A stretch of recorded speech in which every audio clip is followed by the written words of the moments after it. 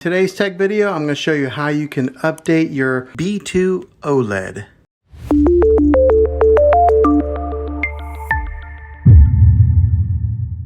Okay, on your remote control here, you'll see that there's a settings button.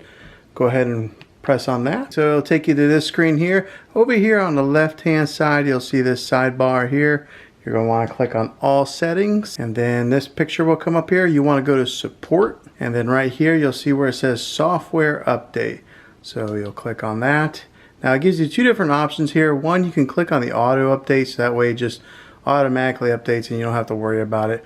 Or you can check for updates here. I'm going to click on check for updates. No updates found. But this is where you would go to update your software to the latest version. Or just click on the auto update.